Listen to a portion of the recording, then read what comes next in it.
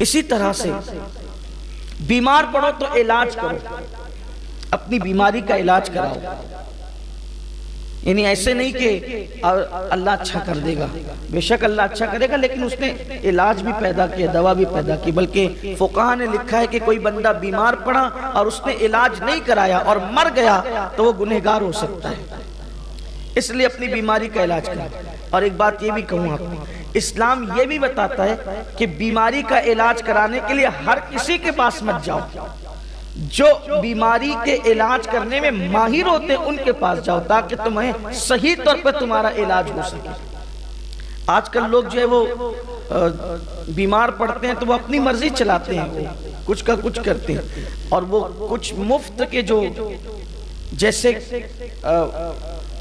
Hotel کے جیسے مفتی ہے ویسے ہوٹل کے حکیم بھی ہے، جو ہوٹل والے مفتی ہیں نا کہ وہ آتا جاتا کچھ نہیں اور ہوٹل میں بیٹھے بیٹھے فتویٰ دیتے ہیں، تو ایسے ہوٹلی حکیم بھی ہے کہ وہ بیٹھے بیٹھے نسخے بتاتے ہیں۔ اب آپ مجھے بتائیں کہ لوگوں کی طبیعت جدا جدا ہے، تو ایک ہی نسخہ کسی کو فائدہ پہنچاتا ہے اور کسی کو نقصان پہنچاتا ہے، یہ خاص خیال رکھنا۔ اسی لیے ہر کام ہر بندے کو کرنے کا حکم نہیں دیا گیا، ہر کام۔ ابھی ایک ہمارے جماعت کے بہت بڑے عالم انتقال ہو گیا ان کا، اور انتقال کا سبب حجامہ کرانا ہوا۔ وہ کہیں گئے، ماننے والوں نے کہا کہ حجامہ کرا لیں، حجامہ سنت ہے، اور حجامہ کرانے کے لیے اس حجام کے پاس لے کے گئے۔ اب یہی کہوں گا اس کو، اور کیا، حالانکہ حجام بھی تو اچھا حجامہ کرتا ہے، وہ خدا جانے کیا تھا، وہ کرنا نہیں جانتا تھا، بس وہ یوٹیوب پر دیکھ کر کے اس نے کرنا شروع کیا، اور کیا تو اتنا زیادہ کمر کا، یعنی ایسے مقام سے وہ خون نکال لیا کہ پھر وہ جگہ پہ کینسر ہو گیا، اور وہی سبب بنا ان کی موت کا۔ حجامہ کرنے والوں کو پتہ ہوتا ہے خون کہاں سے نکالنا چاہیے اور کتنا نکالنا چاہیے، بلکہ حجامہ کی تاریخیں بھی مقرر ہے سنت میں، وہ جب جی میں آ رہے تب کرا رہے ہیں، اور جس طرح آ رہے تب کرا رہے ہیں، تو کبھی یہ نقصان دہ ثابت ہو سکتا ہے۔ اب یہ کھجور کھانا سنت ہے، اس کا انکار نہیں ہے، لیکن ایک مقام پر مولا کائنات بیمار تھے تو مولا کائنات سے ظلم ہے کہ تم کھجور مت کھانا۔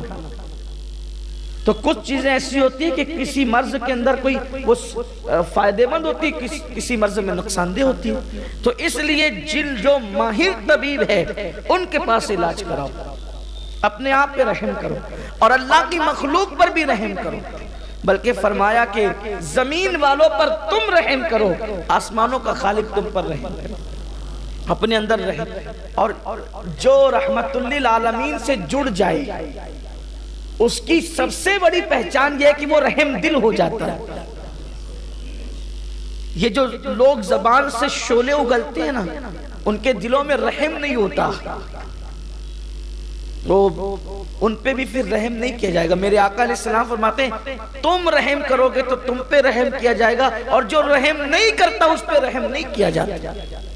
آقا کریم صلی اللہ علیہ وسلم نے اپنے شہزادوں کو، حسنین کریمین کو چوما، تو ایک شخص سماتے حضور میرے تو بہت بچے میں تو کبھی نہیں چومتا، تو آقا کریم صلی اللہ علیہ وسلم نے فرمایا جو رحم نہیں کرتا اس پر رحم نہیں کیا جاتا۔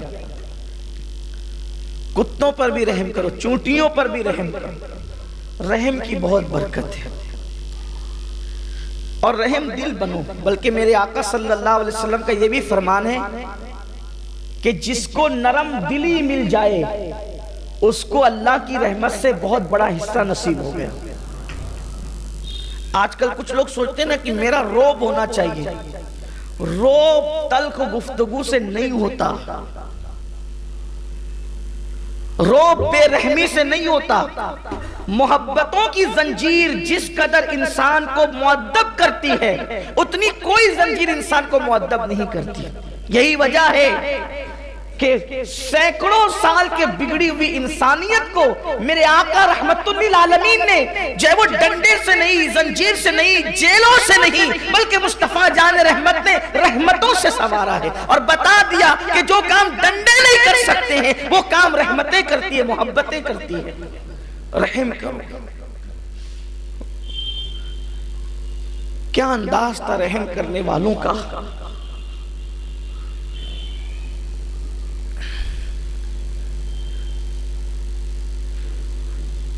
جب مصر فتح کرنے کے لیے صحابہ کرام گئے، یہی ایک واقعہ رحم پر بیان کرنا چاہتا ہوں اور پھر آگے بڑھیں گے، چونکہ میں نے کہا کہ آج حدیث مکمل کر دی جائے. مصر فتح کرنے کے لیے بہت توجہ سے سننا اور اللہ کرے کہ اللہ ہمیں عمل کی توفیق. صرف دل بہلانے کے لیے مت سننا، عمل کی خاطر. اور پھر دیکھنا جب دل میں رحم کرو گے، اللہ کی مخلوق پر رحم کرو گے، اللہ کی طرف سے پھر انعامات کی بارش کیسے ہوتی ہے. صحابہ کرام مصر فتح کرنے کے لیے گئے تو ان کے جو قائد تھے اور سپہ سالار تھے وہ جناب عمرو ابن عاص رضی اللہ تعالیٰ تھے. بڑے عظیم اور جلیل القدر صحابہ میں سے یہ، اور اللہ تعالیٰ نے بڑی ذہانت دی تھی. حضور کے سیاستدار صحابہ میں سر فہرست ان کا نام آتا ہے، حضرت عمرو ابن عاص. یہ مصر کے گورنر رہے، فاروق اعظم کے دور میں مصر کے گورنر رہے. بہت اللہ نے دانشمندی، ہوشیاری اور چالاکی دی تھی. تو جب مصر فتح کرنے کے لیے گئے تو وہاں جنگ کے لیے خیمے لگائے گئے، کیونکہ سپاہ تو دن میں میدان میں جنگ کرے گی، رات کے وقت تو سپاہیوں کو اپنے خیموں میں آرام کرنا آکر. تو سپہ سالار اعظم کا بھی خیمہ لگا تھا حضرت عمرو ابن عاص کا. چونکہ وہ جنگ اتنی طویل ہوئی اور اتنے دنوں تک چلی کہ ایک کبوتری نے اس خیمے کے اندر اپنا گھونسلہ بنا دیا. اب گھونسلہ بنا دیا تو اس نے انڈے بھی دے دی اس میں. تو جب وہ جنگ ختم ہو گئی اور جنگ جیت گئے صحابہ، تو حکم ہوا کہ وہ اپنے اپنے خیمے اکھاڑ لو اور چلو. حضرت عمرو ابن عاص نے فرمایا کہ سب کے خیمے اکھاڑ دیے جائیں، میرا خیمہ نہیں اکھڑے گا، اس لیے کہ جتنی رقم اس خیمے پر مسلمانوں کے مال کی، بیت المال کی لگی ہے، وہ رقم میں ادا کر دیتا ہوں، لیکن یہ خیمہ یہیں رہنے دو. لوگوں نے پوچھا کیوں؟ تو کہا کبوتری نے اپنا گھونسلہ بنایا ہے اور انڈے دے دیے ہیں، اب اگر خیمہ اکھاڑو گے تو اس کا گھونسلہ بھی ٹوٹ جائے گا، اس لیے یہ خیمہ یہیں رہنے جائے تاکہ اس کا گھونسلہ نہ ٹوٹے. ذرا توجہ کریں، ہم نبی رحمت کے غلاموں کو توجہ کرنا چاہیے. ایک کبوتری کے گھونسلے کے لیے آپ نے جو ہے، ایک کبوتری کے گھونسلے کے لیے آپ نے پورا خیمہ اس کی رقم ادا کی اور اس کو رہنے دیا اور پھر وہ چھوڑ کے چلے گئے. خدا کا کرنا یہ ادا ان کی اللہ کو اتنی پسند آئی کہ جہاں وہ خیمہ کبوتری کے لیے چھوڑا تھا، گھونسلے کے لیے، وہیں پر شہر بسا اور اس شہر کا نام شہر خیمہ رکھا گیا، خیمے کے نام پہ رکھا گیا. آج بھی وہ شہر جو ہے وہ آباد ہے. یہ رحم تھا کبوتری. جب کبوتری پر رحم کا یہ عالم ہے تو انسانوں پر رحم کا عالم کیا؟ آج کل تو ایک انسان دوسرے انسان کو غلام بنانے کی کوشش کرتا ہے. ایک مرتبہ انہی عمرو ابن عاص کے بیٹے نے کسی مسلمان کو مارا اور یہ کمپلین فاروق اعظم تک آئی تو فاروق اعظم کا تاریخی جملہ تھا. جملے بڑے شاندار ہیں ان لوگوں کے، کوئی اس طرف توجہ کرے، اقوال بڑے زبردست ہیں. ایسا لگتا ہے کہ جیسے کوزے میں سمندر نہیں ہے، کوزے میں بلکہ کوزے کے اندر کئی سمندر جمع کر، سمندروں کو کوزے میں جمع، سمندر نہیں سمندروں کو کوزے میں جمع کیا. جس وقت حضرت عمرو ابن عاص کے بیٹے نے کسی کو مارا تو اس وقت فاروق اعظم نے کہا تھا ماں نے اپنے بچوں کو آزاد پیدا کیا ہے، تم نے کب سے غلام بنا لیا. کوئی مسلمان کسی کا غلام نہیں ہے، مسلمان سب آپس میں بھائی بھائی، انما المؤمنون اخوہ. تو رحم کرو اللہ کی مخلوق پر، اور جو اللہ کی مخلوق پر رحم کرے پھر ان بندوں کی شان، اس لیے کہ کبھی کبھی ہزاروں سال کی نفل عبادتیں اس مقام پر نہیں پہنچاتی جہاں پر اللہ کی مخلوق پر رحم کرنا پہنچا دیتا ہے. جیسا کہ وہ مشہور واقعہ، وہ نچنیا اور رقاصہ جس نے کتے کو پانی پلایا، رحم کی اللہ کی مخلوق پہ، بخشی گئی. اور ایک نیک عورت بلی کو باندھ کر رکھا، بلی پہ ظلم کیا تو وہ جہنم میں. اس لیے اللہ کی مخلوق پہ رحم کرو. تو میرے آقا صلی اللہ علیہ وسلم نے فرمایا کہ اگر تم چاہتے ہو کہ اللہ تم پہ رحم کرے تو اللہ کی مخلوق پہ رحم کرے. پھر انہوں نے پوچھا یا رسول اللہ میں گناہوں میں کمی چاہتا ہوں. وہ عربی پوچھتے ہیں میں گناہوں میں کمی چاہتا ہوں کہ میرے گناہ کم ہو، میرے گناہ گھٹیں، میرے گناہوں کا خاتمہ ہو. تو آقا کریم صلی اللہ علیہ وسلم نے فرمایا استغفار کی کثرت کرو، تمہارے گناہ ختم ہو جائیں گے. استغفار پڑھتے رہو، اللہ کی بات، استغفر اللہ استغفر اللہ استغفر اللہ. استغفار کی بات یاد آئی ہے تو مجھے ایک بہت زبردست استغفار یاد آیا. کام ہے 2 منٹ کا لیکن فائدہ ہے لاکھوں سال سے زیادہ کا. ایک استغفار ایسا ہے کہ حضور علیہ السلام نے فرمایا کہ اگر یہ استغفار ایک دن میں کوئی صرف 25 مرتبہ پڑھے، کتنی مرتبہ؟ صرف 25 مرتبہ، اللہ دنیا ہی میں جیتے جی اس کا شمار ابدالوں میں فرمائے گا اور قیامت کے دن اس کو ابدال کی حیثیت سے اٹھائے گا. یہ ابدال سمجھے نا آپ کون ہیں؟ ابدال وہ لوگ ہیں اللہ جن کی برکت سے بارش نازل کرتا ہے. ابدال وہ لوگ ہیں جن کی وجہ سے، جن کی برکت سے زمین سے سبزہ اگتا ہے. ابدال وہ لوگ ہیں جن کی برکت سے مصیبتیں دور ہوتی ہیں اور ابدال کی دعا کبھی رد نہیں ہوتی. تو حضور اکرم صلی اللہ علیہ وسلم فرماتے ہیں جو مومنوں کے لیے 25 مرتبہ یہ استغفار کرے وہ ابدال میں شمار ہوگا. ابدال ولایت کی بڑی قسم ابدال. حالانکہ آسان بہت سستا سودا ہے. اور میرے آقا فرماتے ہیں یہ استغفار دن میں 25 مرتبہ پڑھنے والا اگر پہاڑ کو اپنی جگہ سے ہٹنے کی دعا کرے تو اللہ پہاڑ کو بھی اس کی جگہ سے ہٹا دے گا. اس کی دعا کبھی رد نہیں ہوگی. آسان استغفار بھی ہے اور پڑھنا 25 مرتبہ 2 منٹ کا کام. وہ استغفار یہ ہے اصل میں تمام مومنین کے لیے استغفار کرنے کا حکم دیا گیا. آقا علیہ السلام نے یہ تعلیم فرمائی صحابہ کو، استغفر اللہ لی ولی والدیہ ولی جمیع المسلمین والمسلمات والمؤمنین والمؤمنات الاحیاء منہم والاموات. جو اس استغفار کو 25 مرتبہ پڑھے روزانہ، یعنی تمام مومنین کے لیے جو استغفار کرے وہ مستجاب الدعوات ہوگا، اس کی دعا کبھی رد نہیں ہوگی اور اس کا شمار ابدالوں میں ہوگا. اس لیے اس کو یاد کر لیں، آسان ہے. استغفر اللہ لی ولی والدیہ ولی جمیع المسلمین والمسلمات والمؤمنین والمؤمنات الاحیاء منہم والاموات.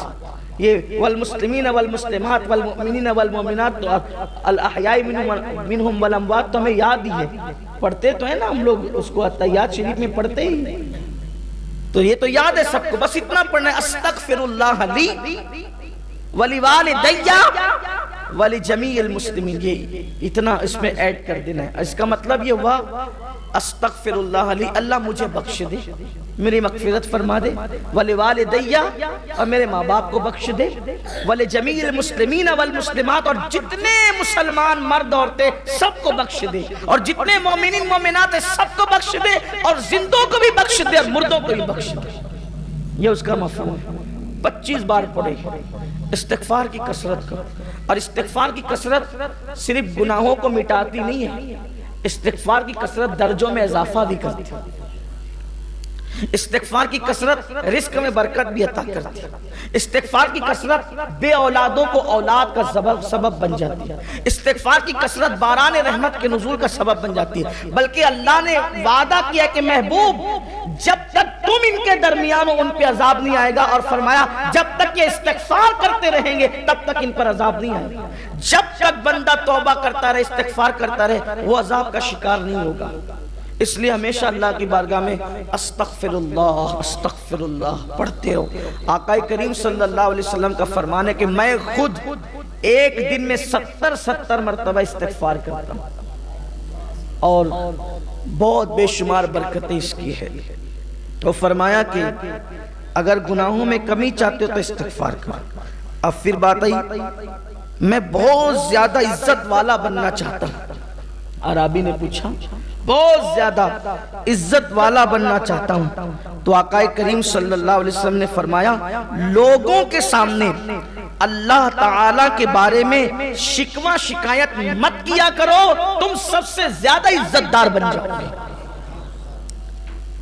اللہ کی شکایت نہیں کرنا کسی سے۔ اب یہاں تھوڑا سا میں اس پر گفتگو کروں گا، اللہ کی شکایت کا مطلب کیا چل رہا ہے؟ ارے مولانا بہت مندی ہے، بہت پریشان ہے، بہت بیمار ہے۔ چل لوگ تو یہ بہت پتہ نہیں کتنا یاد کر لیا ہے کہ بہت بیمار ہے۔ کتنے بھی بیمار ہو جاؤ، کوئی اس کو مت کہا کرو کہ بہت بیمار ہے، اس لیے کہ 24 گھنٹے میں گھڑی ایسی آتی ہے جو مقبولیت کی گھڑی ہوتی ہے۔ بخار ہوتا ہے، آپ بولتے بہت بیمار ہے، اگر وہ قبول ہو گیا نا تو پھر وہ بہت بیمار ہو ہی جائے گا۔ اللہ کی شکایت مت کرو۔ اگر بیمار ہو تو 2 لوگوں کے سوا کسی کو بیماری نہیں بتانا۔ بیماری یا تو طبیب کو بتاؤ کہ اس سے دوا لو، یا تو حبیب کو بتاؤ کہ اس سے دعا لو۔